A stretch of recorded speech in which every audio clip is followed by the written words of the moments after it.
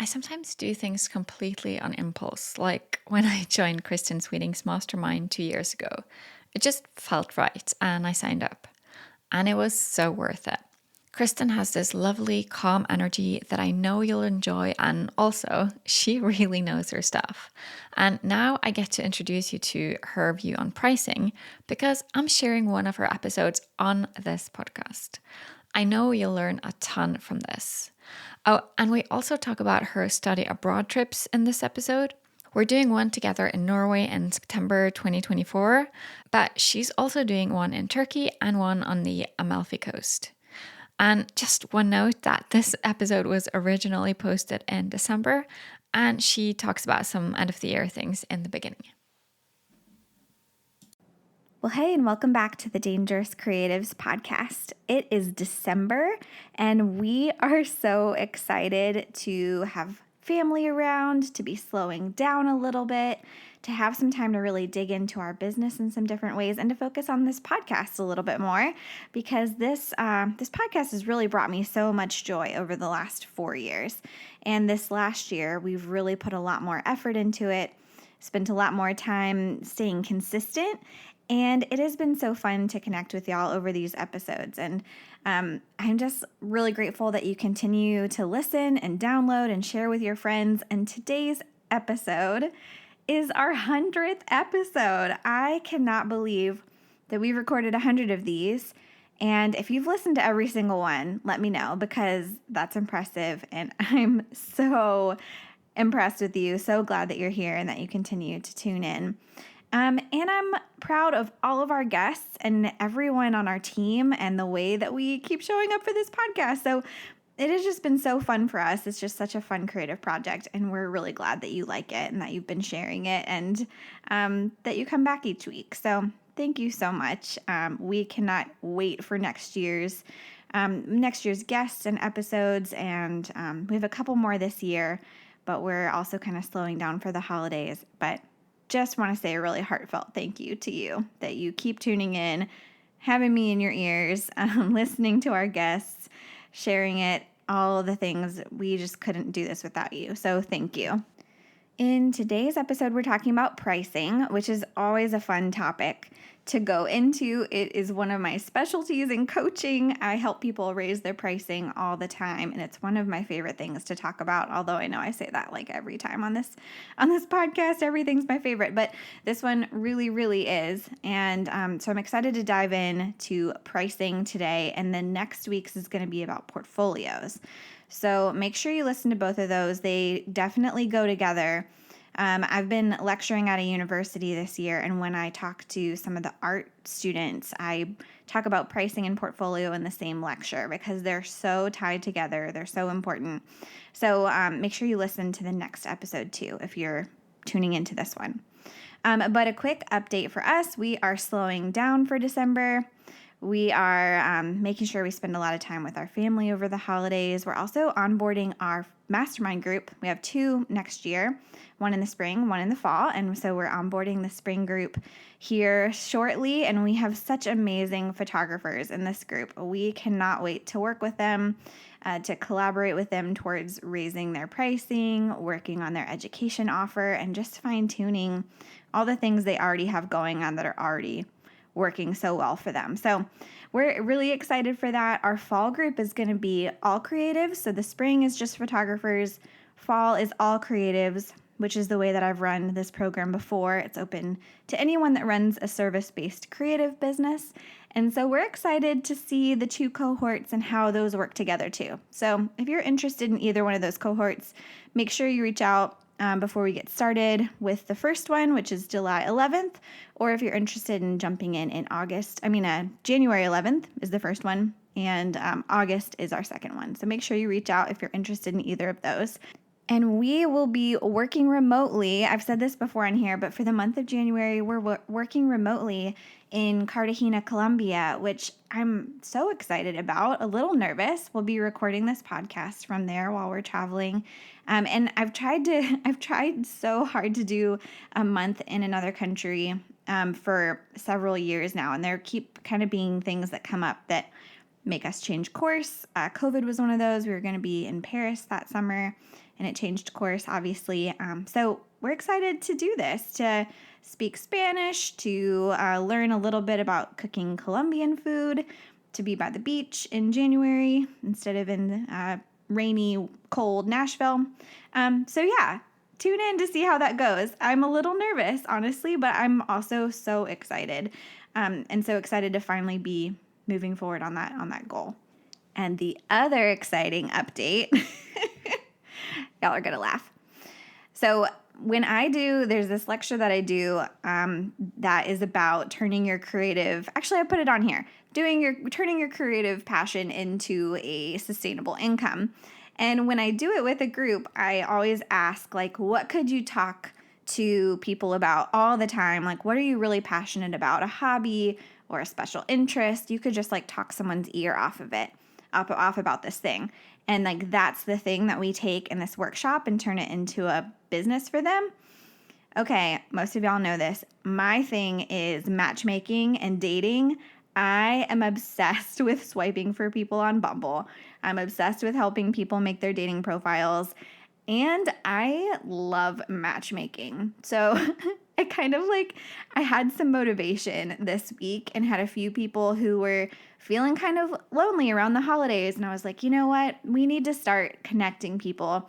So I have been over on Instagram connecting people like crazy, getting first dates on there, connecting texting threads. I'm like a giddy schoolgirl. I'm just giggling all the time. And I'm like, aha, they're talking. So anyways, that is totally the thing that I could talk about all the time. So has nothing to do with this podcast, but just a little funny update from me is that I'm just having the best time helping people connect this holiday season. So if you want to be connected with someone, again, this is just my random hobby, but let me know, because there's definitely a perfect person out there for you, and I need to know about you and about them. But all kind of joking aside, dating and marketing are so similar, and I think it's the reason that I like both of those things so much.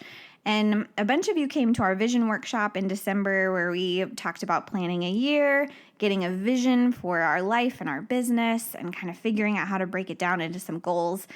In February, I think I'm going to do a workshop about dating profiles and marketing. So if you want to come to our dating and marketing workshop, you don't have to be single to come to this. It's more just like we're going to look at Instagram profiles and dating profiles and talk about what makes a good profile, what we need to have on our websites for good marketing, and kind of look at those 2 or 3 things through the lens of like, how do you attract people in business and in life? I think they're the same thing. So if you want to come to that, bring your Bumble profile, bring your Instagram profile, bring your LinkedIn profile, and we're going to talk about it. And I'm so excited. I do not have a sign up link for it yet. I will eventually. But let me know if that sounds fun to you, and I'll start getting that stuff together. Okay, so let's dive into the topic for today, which is pricing. Because I'm hoping a lot of us are reconsidering our pricing right now. We're going into a new year. We know we want to maybe make some more money next year or take a few less clients than we did this year. And we're reevaluating our pricing for a lot of different reasons. So today we're going to talk about so much. And I'm like looking through my notes. I'm like, oh my gosh, this stuff is so good. I cannot wait to get it in your ears. So we're going to talk about psychology of pricing. We're going to talk about how to make something really valuable, figuring out how to price by working backwards from your goals, how to evaluate your capacity, keeping expenses low and predictable, planning for slow months, and regulating our nervous systems. Ooh, that always happens. That we always need that when we're raising our prices, don't we? Finding aligned partners and taking good care of them, and yeah, we're going to talk about all of it. So that's a little quick overview on what we're going to talk about today. And I'm going to dive into each of those topics as we go. But if you've been enjoying this podcast, like I said, it's our 100th episode. It would mean so much if you either send me a message and tell me, Really, it means so much when you do that. When I get a note saying, hey, I really love listening to these, or I really loved this specific episode, it really is motivating. It's motivating to keep making these. It just is so nice to hear. Or rate or review the podcast. Those help a lot. I always giggle when I see a new review come in. Y'all are so kind. So if you're willing to do one of those things, I would be so, so grateful. Thank you so much for tuning into this episode, and we're going to get started on our pricing workshop.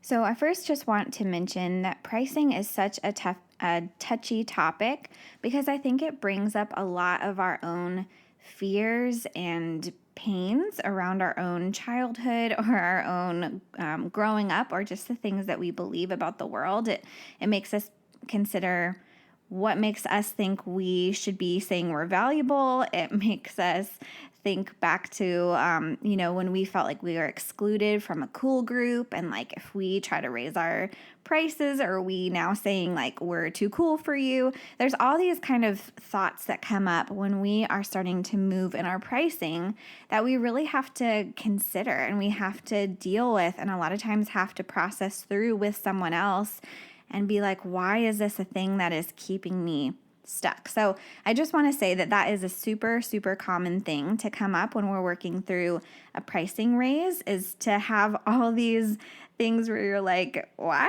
am I thinking about that thing that happened when I was in middle school? It's so common because it's really tied to these pieces of our identity and our story and these things that we've always said that we believed, and we have to work through them in a way that is consistent with our being. So if this is a hard topic for you, just know that it is for everybody, and there's a lot of different reasons why talking about our own value is hard for us. If you listened to the episode Rose and I did about recovering from religious trauma, that can be one reason that raising pricing can be really hard too, is these things that are really ingrained in us about how we should act, who we should be, what we should charge to be a good person. A lot of those things really come up when we start moving forward with our business.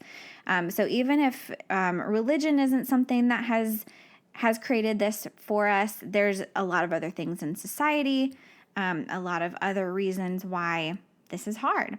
So just want to have a little shout out to this program that I've loved, that is kind of self-hypnosis, that has helped work through some of the things that come up around pricing. To Be Magnetic, they have an app, and it's like a membership, and you listen to recordings that kind of help. It's like a meditation, but I've really enjoyed those, and I've found them super helpful, along with therapy and reprogramming some of these self-worth things that come up anytime we talk about pricing. So just know that it's not all just business strategy. There's a lot of psychological reasons why this is hard too.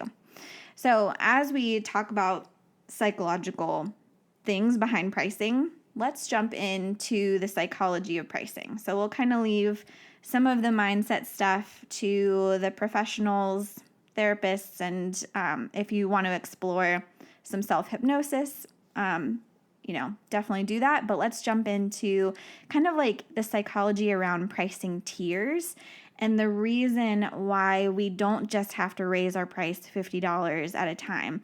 And there's a lot more that we can do strategically as we're raising our prices. So when we jump into being a photographer or a creative, a lot of times we're just looking around and seeing what other people are charging and basing what we charge on that number. So maybe the first wedding you did was a couple $100. Mine was $500.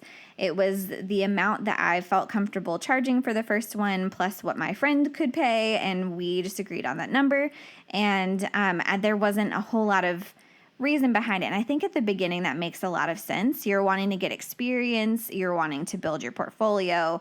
I did a lot of photo shoots for free at the beginning. And anytime I've done a new business, my coaching business, I coached for free for a long time, just like I did photography for free for a long time before I felt confident enough to start charging.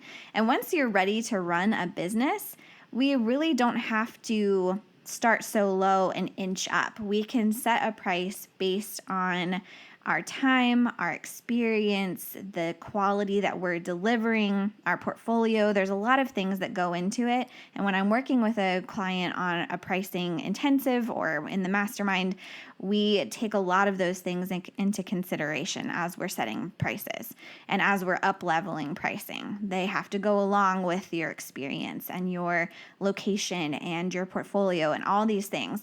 But I think one of the things that I see people do, and it's super normal, is to think like, I need to set a price and then slowly raise because I don't want to lose clients, or I don't want to upset anybody, or I don't want to look greedy, or whatever the thought is. And we slowly inch our prices up instead of kind of making these really intentional strategic moves to move from one position in the market to another. So one of the things that I think is really interesting about our brains is that we start categorizing different prices into different tiers, and our brains like to round up to certain numbers. That's why, like, $7.99 is what you might see at Walmart for something instead of $8. We justify to ourselves that that's a $7 thing just because of the 99, or it's more affordable somehow. So that's one example of using pricing psychology in the other direction, but there's also thinking strategically about different tiers of pricing. So, for example, like $500 is a tier, $1,000 is a tier, $2,500 is a tier, $5,000 is a tier, and then the next tier is $10,000. So our brain is jumping from 5,000 to 10,000, from 10 to 20, or 25, from 25 to 50, and from 50 to 100. So you see, as the numbers get bigger, the spaces in between them get bigger as well. So someone is going to have usually like a $5,000 budget or a $10,000 budget, and there's a lot of room in the middle that's kind of mucky. And so when I'm working with a client around pricing, a lot of times we're trying to get their packages closer to either 5 or to 10, because the human brain wants to round it to one of those numbers. And I'll give you an example. So for a long time, I charged around $5,000. So I think the first package there was like $4,500. And then I raised my base from 45 to 49, and then from 49 to 2250. All of those numbers are so close to 5, the brain automatically is rounding it to 5,000. And so then when I started to raise up from there, I think I tried to start at 6,250, and it just wasn't working for me for some reason. And so when I started to feel resistance there, instead of lowering back down to 5, I raised to 7,500. From there, I raised to 10 or 12,000. From there, I raised to 25,000 as a starting price. So to think in terms of tiers, it doesn't work at that level to raise 1,000 by 1,000 by 1,000, or if you're lower in pricing, like 100 by 100 by 100, because our brains are wanting to be closer to these kind of anchor numbers. So going back to that 5,000 number, if you're wanting to charge about 5,000 for wedding photography, you could charge 4,900 if you're wanting to be on the side of, oh, my budget's 5,000, but I'm saving a little bit with this photographer here. Or 5,250 if you want to feel like people are paying a little more than they thought they were going to, but it's still close enough to 5 that they want to stretch. So you get to make that decision based on kind of how you're wanting to interact with your client, how you're wanting them to feel when they hire you. Do you want them to feel like they're getting a deal, or do you want them to feel like they're splurging a little bit?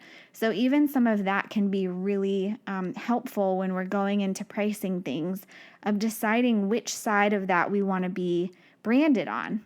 Because our pricing is part of our branding. It's part of what we get to communicate to the world about what we do and how we do it and who we work with and how we show up in the art that we're showing up in our experience and the level of client experience that we're giving. So our pricing is a whole part of that big picture. So a lot of times when I do a pricing raise, I'm not just doing a couple $100s at a time. I'm making a big intentional choice based on a lot of different factors that we'll talk about in this episode. I just doubled almost everything that I offer in price. I doubled the price instead of inching it up because it was all tied to values that I hold really dear, a way that I want to work with clients, a belief that I actually was undercharging and a lot of the things that I was already offering, and I needed to match my price up to the level that I was offering for people. So you may be in that place too where you realize, man, I've been doing this for a really long time and my prices are not matching the experience that I'm giving to people. Lots of clients I work with are in that boat and they come to me and I'm like, listen, you are just way too good to be charging what you're charging. Let's really look at this and figure out how to get your prices up so that it can be reflecting what you're already doing. Another tip with pricing psychology is to create a anchor package or a big, like everything you offer needs to be in one of your packages.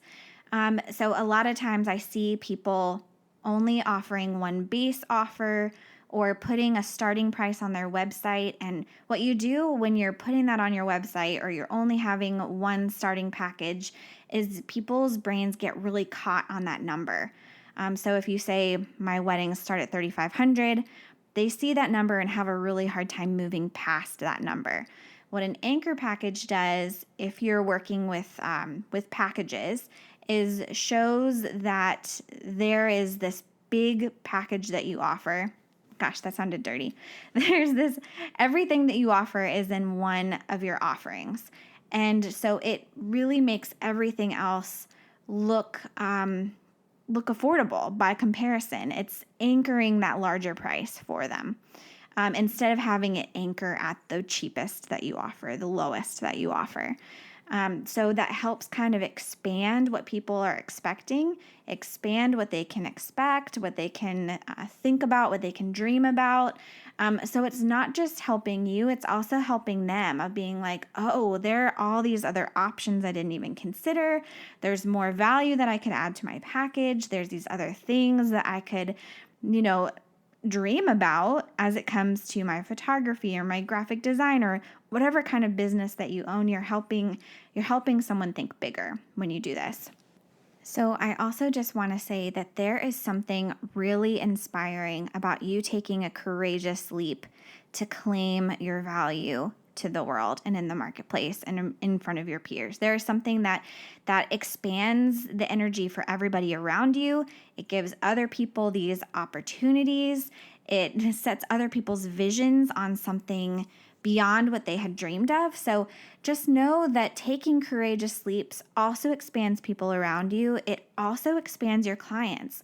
I was considering being in a coaching program. I've done a bunch of coaching programs for myself because I love coaching. I love growing. I love meeting someone and getting to see up close how they run their business. And I've done one that was a $25,000 program. That felt like such a huge number when I did it. And it was so expansive for me. And I just reached out about another one and it was $50,000. And there was something about her claiming that and having that courageous price where I was like, well, shit, like this person is expanding my view of what is possible in my profession. And so when we do that, when we take scary leaps in our own profession, we also get to expand people's views of what's possible in our peers and for our clients. Like it was exciting for me to see her charging that and to consider paying her that. So just know that it also helps the people that we're working with and the people around us when we claim that place in the market, when we say, hey, I have this level of expertise and I'm ready to go for it and I'm not scared. Oh, that feels good, right? So I'm just maybe being the bug in your ear telling you to think about it. Maybe it's time to make your own scary move in the marketplace to really claim that position that you probably already are and just don't realize it. So anyways, that's my pep talk. Let's move on to the next section.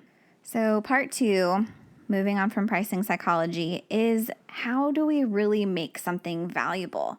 What really makes something valuable? Is it just that I think we get this idea that we're sitting over here being like, I don't want so-and-so to think that I just am so great and I'm just like, oh, you should pay me all this money because I just think I'm the best person ever. I think that's what holds a lot of us back from charging more is like, who are you to do that? We get that little snotty voice in our head that's like, who are you to do that? And just assume that's what people will think of us when we start making big pricing jumps. But we do want to ground what we're offering in something that is really valuable. We never want what we're charging to be weighed down on the other end, and the value that we're delivering isn't weighing it back on the other side. So we need that balance. So I reference this a lot. Harvard Business Review has a pyramid of values that is shaped like Maslow's hierarchy of needs, and it kind of has all these elements of value divided into sections based on kind of basic human needs. So you can Google this. It's Harvard Business Review, Elements of Value. It's a chart. I use this all the time. So the bottom level of the pyramid is functional value. So if you're familiar with Maslow's hierarchy of needs, it says all humans have the same basic fundamental needs. The bottom is like safety, our physical needs. We need to be fed and to be safe and to be clothed and to be sheltered. And those are basic needs. And then as we move up, we need love and belonging and acceptance. And as we move up from there, we want to become the best version of ourselves and to grow and to aspire to bigger and better things and to help people. And then up at the top is like self-transcendence, where we're becoming this best version of ourselves. We all have these needs. And as the lower rungs of needs are met, we are then allowed to move up the pyramid because our brains let us focus on higher and higher cognitive functions. So this elements of value pyramid is structured similarly. Functional is at the bottom.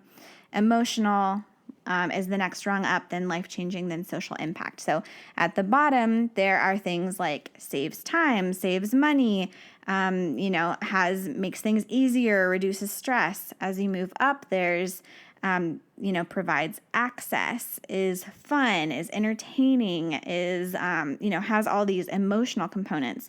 And the next step up with life-changing is affiliation and belonging, becoming the best version of yourself, kind of this like self-actualization. And then up at the top is the self-transcendence. So when we are thinking about how to add value into our business, we can look at all the different sections of the client journey and say, how do we add as many of these elements of value as possible into each section of our client journey?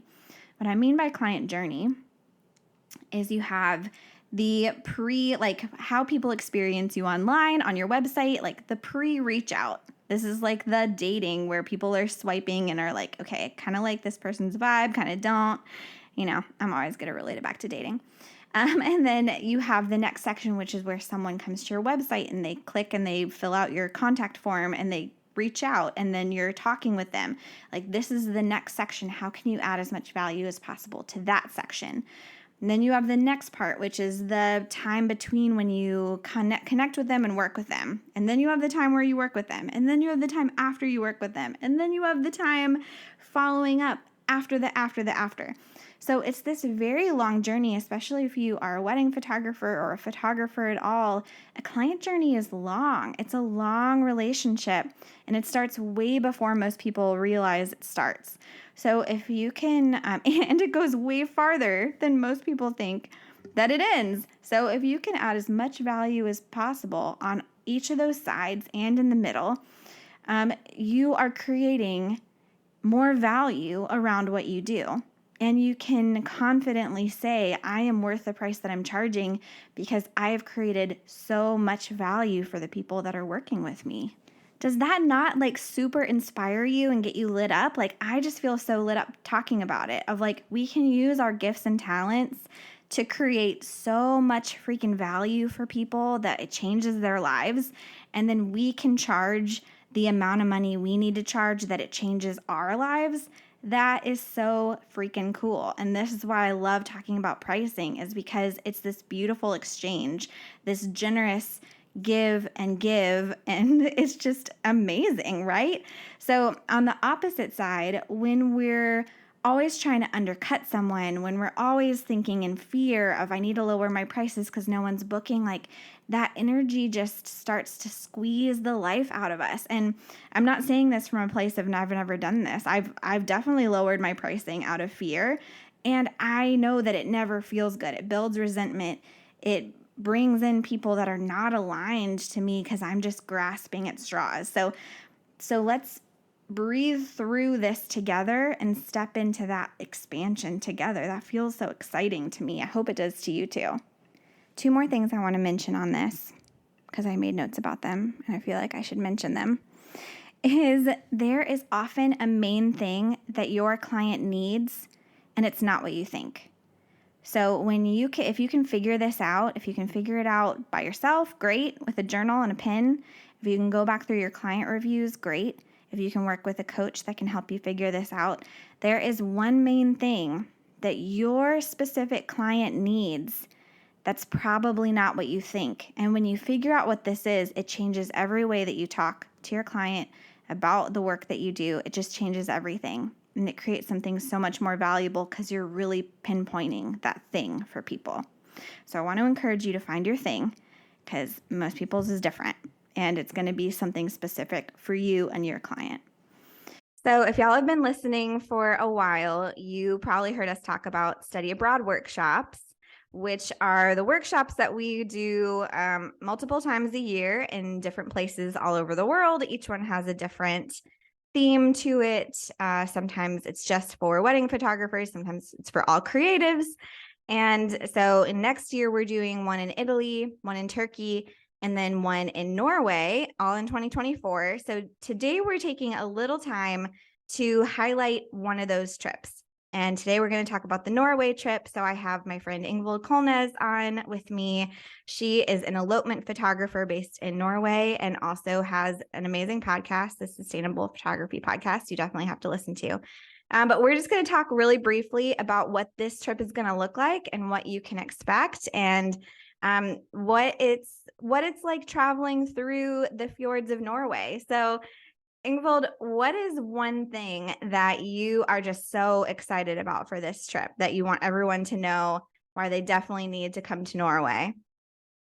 I think if I have to say just one thing, I guess the landscape. Even though I've said this many times before, even though I'm from here and I've been to these places before, it's like breathtaking every time I'm there. So I've chosen places that I just know is gonna blow your mind, and I'm so excited. I'm just so excited for it.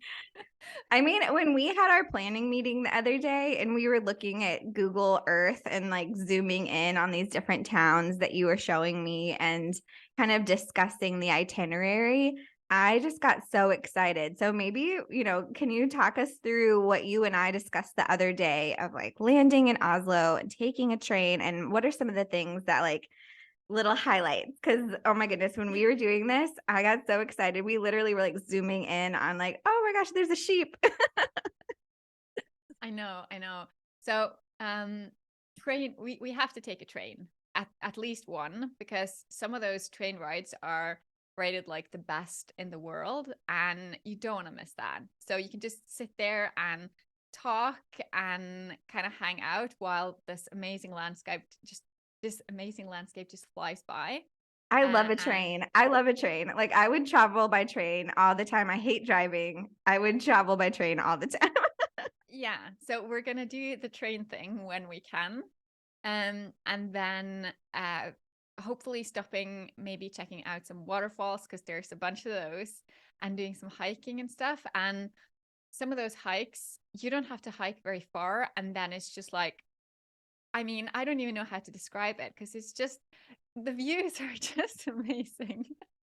And like if you're a photographer or just if you're a creative, active person, you're going to be blown away by the things that we see and the photo moments. And this trip's not just for photographers, but I think anyone that loves hiking, loves adventure, loves beautiful scenery, or has ever been like, I wish I could be a destination elopement photographer, like this is for sure your trip. Yeah, and you do not have to be a photographer to appreciate these things. And we're going to do so many fun things. We're going to take a boat ride and stop in some cool places where it's like no one lives there. The boat just stops there and you can go out, explore, and just see things that hardly anyone's ever seen. It's just like, it's nature that hasn't been, done anything to. And it's just so cool. And this is in the area of the fjords in Norway, right? So Mhm. you have these steep, beautiful cliffs and water, and they're kind of all these switchbacks. And so we'll be able to take a boat kind of through this. Yes. Feels very Lord of the Rings. They did consider Norway for filming Lord of the Rings, so it could have been. It could have been. Yeah, for Hmm. sure. Okay. So we're going to be doing some boat riding, probably some kayaking, some hiking, see some small fishing towns in Norway, and take some beautiful trains through the countryside. And the other thing that you and I found, or that you found really, that I just got really excited about is there's a sauna that sits in the fjord. Yes. So you like are sitting in the sauna, having your spa day and looking out on the water in this fjords. I'm like, oh my gosh, y'all know I love a sauna. Yeah. So it's gonna be pretty great. Cool. Well, what can people expect? What are we going to be talking about? Because you have things that are kind of your things that you love to talk about. I have things that are kind of my things that I love to talk about.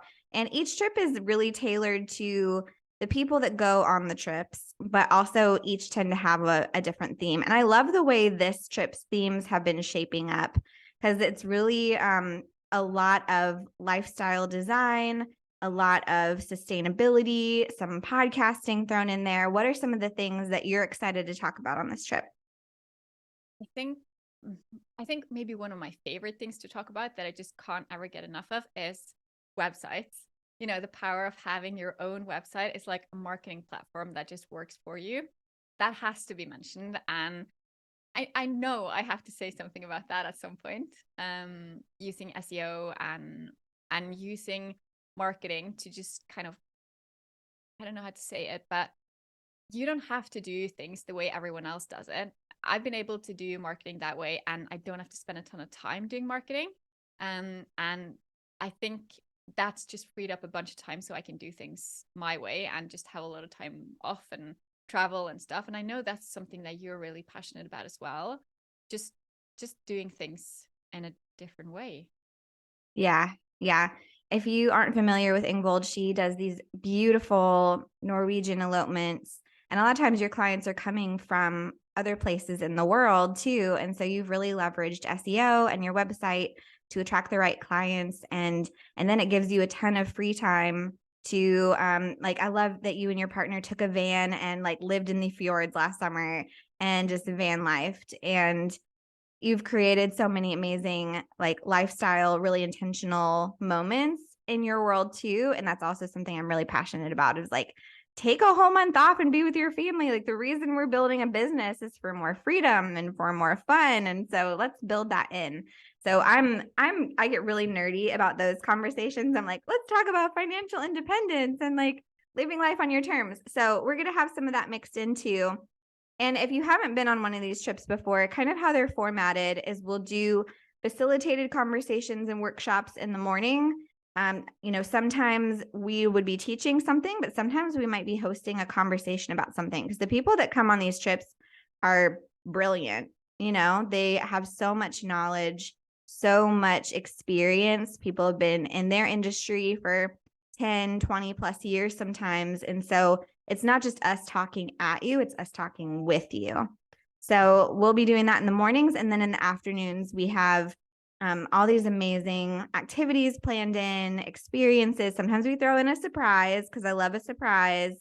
And then also, like, and Will mentioned, we might be having some of those facilitated conversations in a meadow in the middle of the fjords or on a train driving through the Norwegian countryside. So anything else that you imagine we'll be doing or experiencing or something that you really love about your home country?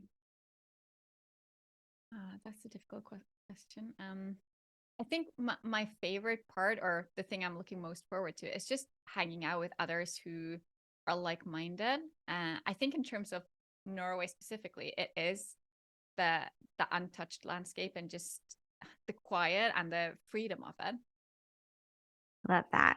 Well, I'm so excited. So if this is a trip that you're interested in, obviously hit us up. We're happy to talk with you about it. There are only 6 spots, so that means there's only a few left, and we'd love to have you. We cannot wait to travel with you. This one is end of September 2024. So make sure you go to dangerschool.com/study-abroad, and you can see all the trips that we're doing and get more information on this one specifically. And the other thing I was going to mention is that you want to have one thing that you can communicate over and over again that you do differently that matters to your client. So make it simple for people. Figure out your elevator pitch. Figure out the one thing that you can really hit home. You can really drive home, because people aren't going to hear if you try to list 10 things that you do well. Like, you need to find the one thing that matters the most to them to talk about. Moving on to our next section. I sing on coaching calls, it's fine. Okay, so this section is about how to figure out what you want with your life, your goals, your lifestyle goals, why you started your business in the first place, for whether it's freedom or for extra time or to be there with your kids or to travel or whatever that is, figuring that out and then working backwards. So this is not the only way to figure out pricing, but it is one way.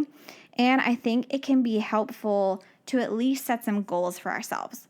So as an example, maybe you have a full-time job, and so you only want to do 1 shoot a week max, or take on 1 project a week. So, okay, you need to say how many weeks in a year can you take a shoot, how much money do you want to make from those shoots in a year, and then work backwards to find a price. I need to make X amount per shoot. So just some quick back of the napkin calculations there. Or I want to do 10 weddings a year. Because, and you have to have the why, like why, it's not just some random number. It's like, well, because I want to have, 2 or 3 weekends every month where I can go to my kids' soccer games, or I can hang out with my friends, or my spouse has a full-time job, so I want to hang out with them. Or just like, it feels like life happens on the weekends and I don't want to be working every weekend. So picking that number and then being like, okay, so to make this X amount of goal number, after my expenses, I need to charge X amount for each wedding. So it's kind of that like working backwards. Maybe you want to take 2 months off in the summer to be with your kids while they're out of school, or to go to Italy and eat pasta for a month, 2 months, Like, having those goals will help you set some of those pricing as you work backwards. Okay, so here's some other random ones just to get you thinking. I want to shoot 1 weekend a month, and the rest just on weekdays. I want to take Christmas time off every year. I want to live a month in another country every year. I want to take the summer off. I want to work 2 days a week or 2 nights a week, or, any of these can be things that you can start with and work backwards from. And it'll help give you at least some idea of a range for weddings, shoots, projects, like service-based projects, that you can then either set as a goal of, okay, $10,000 is what I need to be making per wedding. I'm not there yet. How can I start working towards that so I can do the 10 weddings a year for $10K? Or I can do the 5 weddings a year for $20K. Or I can do the 20 weddings a year for $10K. Whatever that is for you, start to set that goal so we know what we're moving towards. Tied with this is regularly evaluating our capacity. Our capacity is going to keep changing over the life of our business, and I don't think people talk about this enough. And the reason I'm really passionate about it is because I've had an autoimmune disease. I've had a high-risk pregnancy. I've had a really tough baby with a lot of colic that didn't sleep.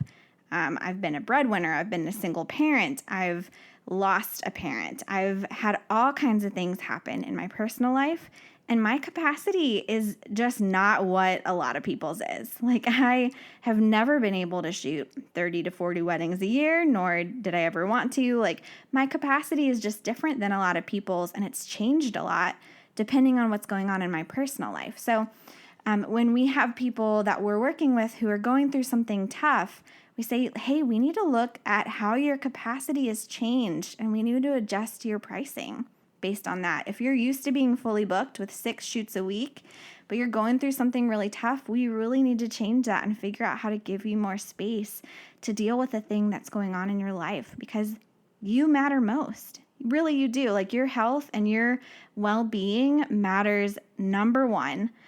So make sure you're regularly checking in and evaluating your capacity, and it's okay to change your pricing when your capacity changes. The less available something is, the more valuable it becomes. And none of us can be available 24/7. That's just not how human beings work. So I want to send you a lot of love if this part is really hitting hard, because we want to keep having our level of work match with what we're wanting. And we need to make sure that we're either adding or taking away as we're figuring out what's working for us in each season. This can also work the opposite way. I've definitely had clients who have been like, I'm kind of bored. I think I want to work more. And like, great, either adding something personal or more work into your calendar is great. And we can always brainstorm ways to add more. But a lot of times I feel like the thing that's harder for us is taking away and creating space and learning to get a little uncomfortable with some quiet, right? Especially for entrepreneurs. We just have figured out how to go, and are not great with slowing down and resting and taking care of ourselves. And I think if you feel that way, that's a lot of us. Okay, the next part I want to talk about is keeping expenses low and predictable. Our profit margins really matter. They're really important. You can definitely bring in $100K and spend $100K, and that doesn't help us hit most of our goals that we're going to have. So knowing how much we're making for each wedding, shoot, or project, this is a call out for film shooters because I empathize. I've definitely spent every cent that I've made on a wedding before on the film. So just make sure that you're setting a budget and knowing what you're going to be paying per thing that you're doing, so that you make sure you're paying yourself first. I've really loved the book Profit First. I didn't read the whole book, honestly, but his system where you pay yourself first and then you decide what expenses you're going to do from each thing after that, like that really helped a lot of things for me. It was like, I can't not pay myself. That's something I feel like a lot of creatives do, is we're like, oh, we love the art, we love all these things, we want to do all this fun, it's for, it's for creativity, la la, and that's great, but like we do still have physical needs, so make sure we're paying ourselves first before we get carried away and doing all these other fun things. So know your expenses for each project, figure out where we find ourselves going over budget. And then what policies do we need to change to accommodate contingencies? If we see things going over a lot or travel ends up being way more than we thought, like, is there any policy we can change that accommodates the contingency plan if something goes wrong, if something happens? My car broke down on a way to a wedding the other day. I mean, I obviously don't charge my client for this, but like I had to immediately go and like rent a car and drive the car up to where the wedding was. And that was a really unexpected expense, just out of the blue. So make sure that when we're pricing things, we also plan for like kind of the worst case scenario. And then every 6 months, reevaluate spending based on your goals. Sometimes we might want to invest in education, new gear, workshops, conferences. What investments line up with what you're focusing on? So not everyone's the same. This is my cycle. I find myself in kind of waves. I have like an extrovert cycle and an introvert cycle. So in my extrovert cycle, I'm a guest on a bunch of podcasts and I'm speaking at conferences and I'm putting myself out there and I'm networking with all these people and extrovert, extrovert, extrovert. And then I have like a hard swing into my introvert cycle where I'm working in my business and I'm designing a new course and I'm not leaving my house, and my cycles really need to line up with where my money is going. So in the introvert cycle, I'm investing a lot more in certain things.